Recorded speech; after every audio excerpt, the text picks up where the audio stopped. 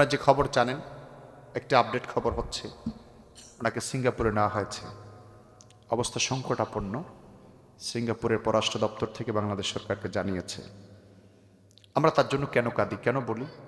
সে বাংলাদেশের একটা কণ্ঠ, সত্যের পক্ষের একটা কণ্ঠ, ইসলামের পক্ষের মুসলমানদের একটা কণ্ঠ, ঠিক কিনা বলেন ভাই?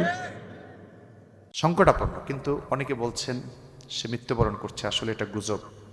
আমরা দোয়া করি আল্লাহ তাআলা প্রিয় ওসমান হাদিকে দীর্ঘনেক হায়াত দান করুন, এবং যে বাংলাদেশের জন্য সে কাজ করতে চায়, যে দেশের জন্য, দেশের কল্যাণে কাজ করতে চায়, আল্লাহ যেন ওই তৌফিক তাকে দান করে, আমিন।